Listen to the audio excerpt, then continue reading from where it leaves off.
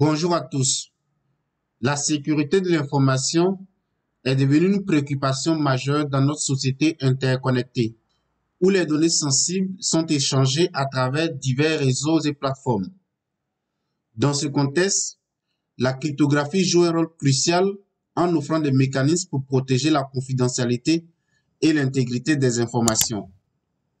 L'AES, pour Advanced Encryption Standard, est l'algorithme de chiffrement symétrique le plus populaire et le plus largement adopté que l'on puisse rencontrer aujourd'hui. Il est au moins 6 fois plus rapide que le triple DES. DES qui signifie Data Encryption Standard. Il était alors nécessaire de remplacer le triple DES car la taille de ces clés était trop petite. Avec l'augmentation par exemple de la puissance de calcul, il était considéré comme vulnérable aux attaques par échec exhaustif de clés. L'AES dispose donc d'une flexibilité intégrée en matière de longueur de clés, ce qui lui permet de se prémunir dans une certaine mesure contre l'évolution de la capacité à effectuer des recherches exhaustives sur les clés. On parle notamment de brute force ou de l'attaque partitionnelle.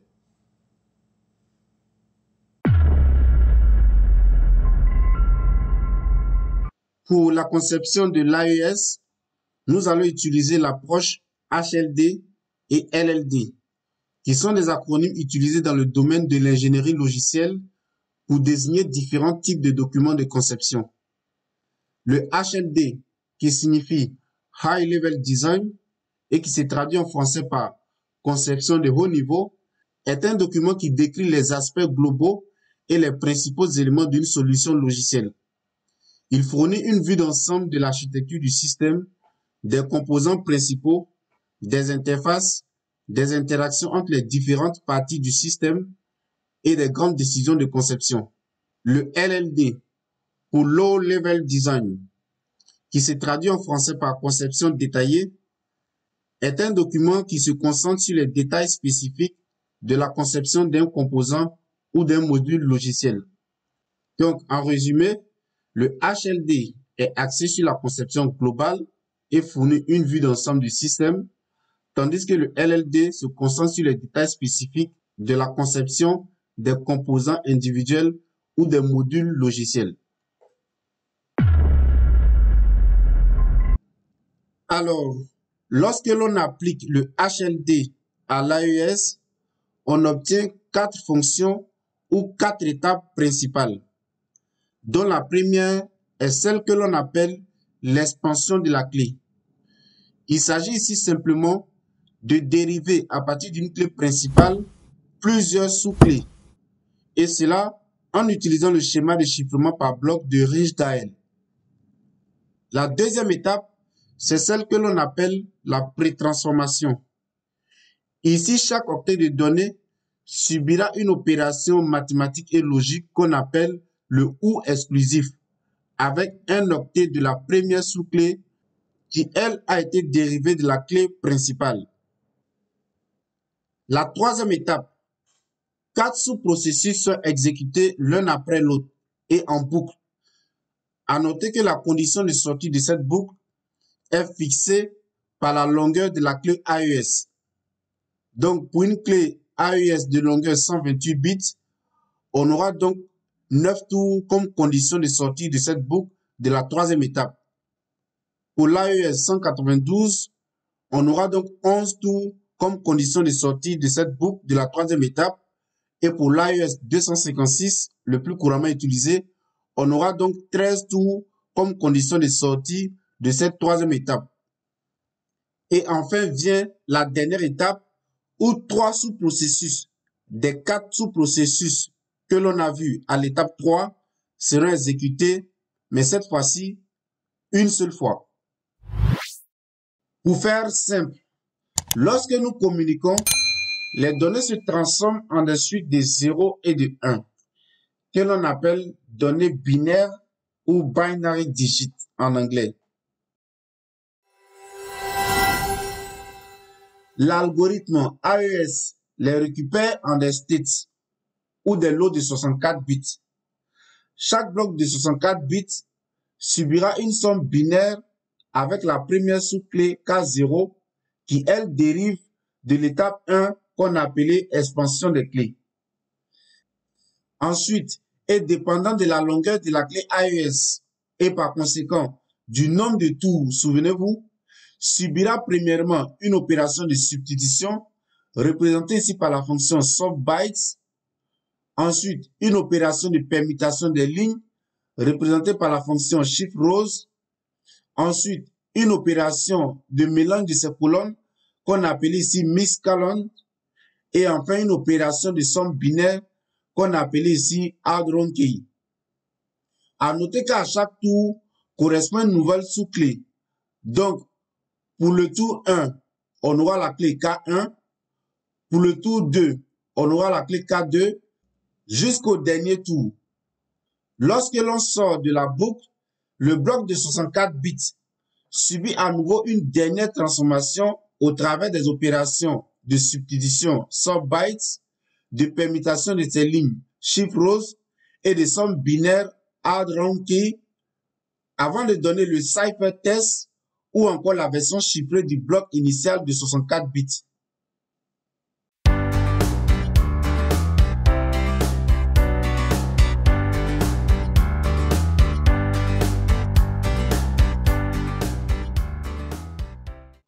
Maintenant, nous allons vous expliquer en LLD la structure interne des fonctions de substitution, de permutation, de mélange, de somme binaire.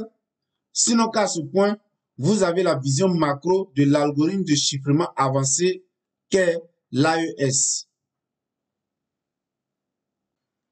LLD, pour rappel, Low Level Design, est conçu pour élaborer et fournir des connaissances approfondies sur le HLD.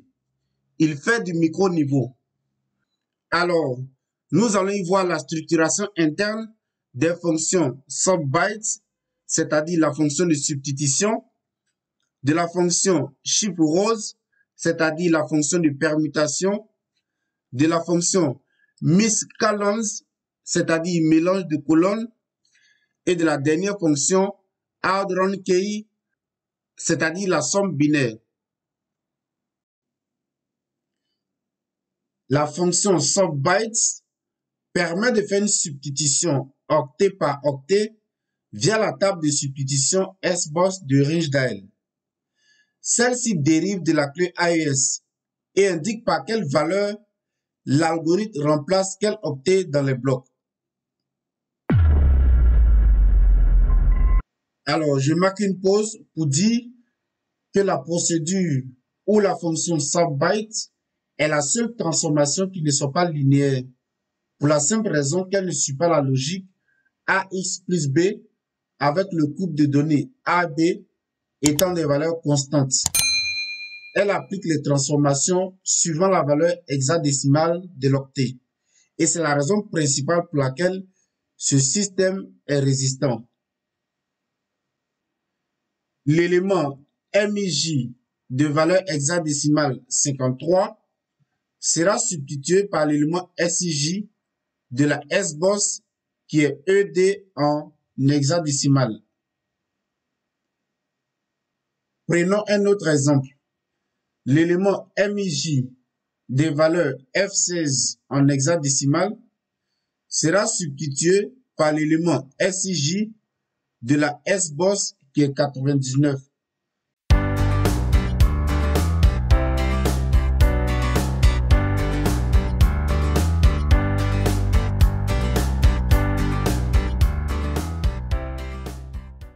Le deuxième processus, la fonction de permutation shift rows. Alors, le rendu de la fonction subbytes, encadré ici en rouge, est donné en entrée à la fonction de permutation shift rows. Qu'est-ce qui se passe ensuite? Rijndael effectue un simple décalage, c'est-à-dire shift, des octets ligne par ligne dans le bloc de données.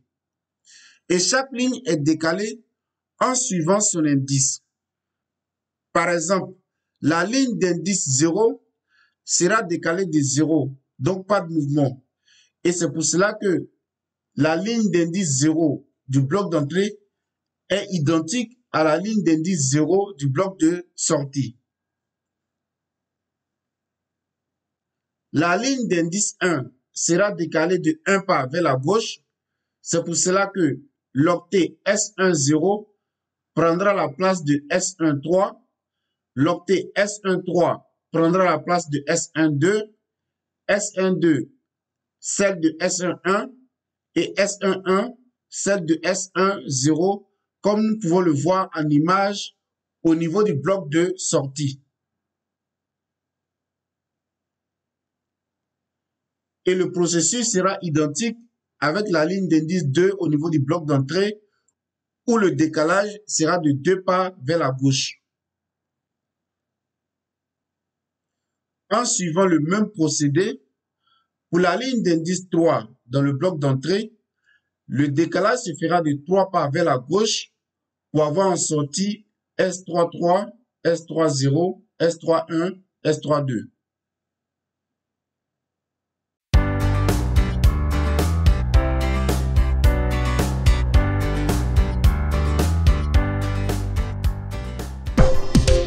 La fonction miscalance permettra de modifier les colonnes du bloc de données en le multipliant par une matrice prédéfinie. Chaque colonne de 4 octets est maintenant transformée en 4 autres octets complètement nouveaux, de sorte qu'il en résulte une nouvelle matrice composée de 16 nouveaux octets en sortie.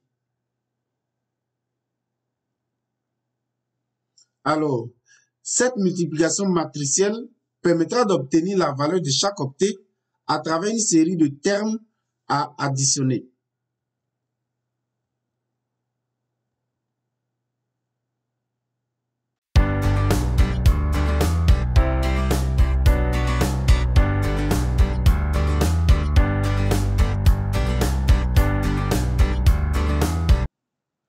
Le dernier processus pour le bloc de données, c'est la fonction addRoundKey.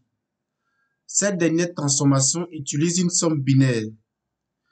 Elle consiste à faire un ou exclusif, le XOR, entre les 128 bits du bloc de données représenté ici par état et les 128 bits de la clé K d'indice I, I étant indicateur ou compteur de passage dans la boucle afin d'obtenir en sortie une nouvelle valeur de l'état.